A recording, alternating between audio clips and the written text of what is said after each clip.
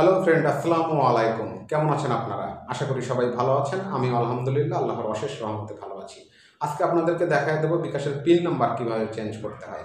আমি আপনাদেরকে ম্যানুয়ালি দেখায় দেবো, যাতে আপনারা আপনাদের হাতের বাটন ফোন থাকলেও সেইটা দিয়েই আপনি আপনার বিকাশের পিন নাম্বারটা চেঞ্জ করে নিতে পারেন। তো চলুন আমরা ভিডিওটি শুরু করি।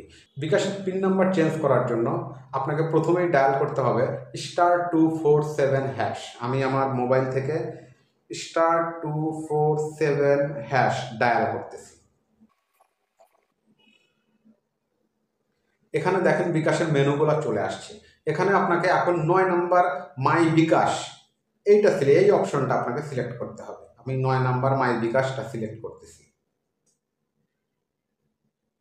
এরপরের মেনু থেকে আপনাকে 3 নাম্বার চেঞ্জ পিন যে অপশনটা আছে এই অপশনটা সিলেক্ট করতে হবে। আমি এখানে চেঞ্জ পিনের অপশনটা সিলেক্ট করে দিচ্ছি।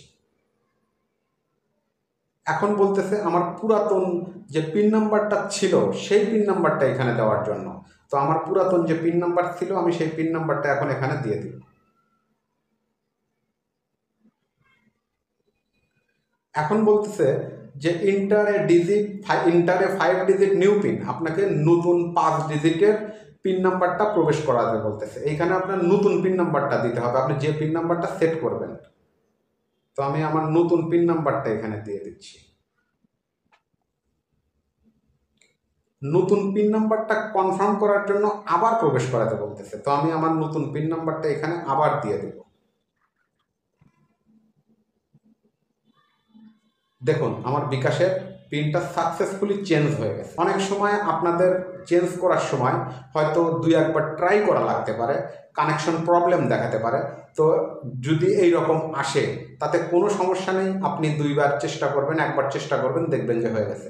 ভিডিওটি ভালো লাগলে ভাই অবশ্যই চ্যানেলটি সাবস্ক্রাইব করবেন, ভিডিওটি লাইক করবেন, কমেন্ট করবেন, শেয়ার করবেন। অসংখ্য ধন্যবাদ। আসসালামু আলাইকুম।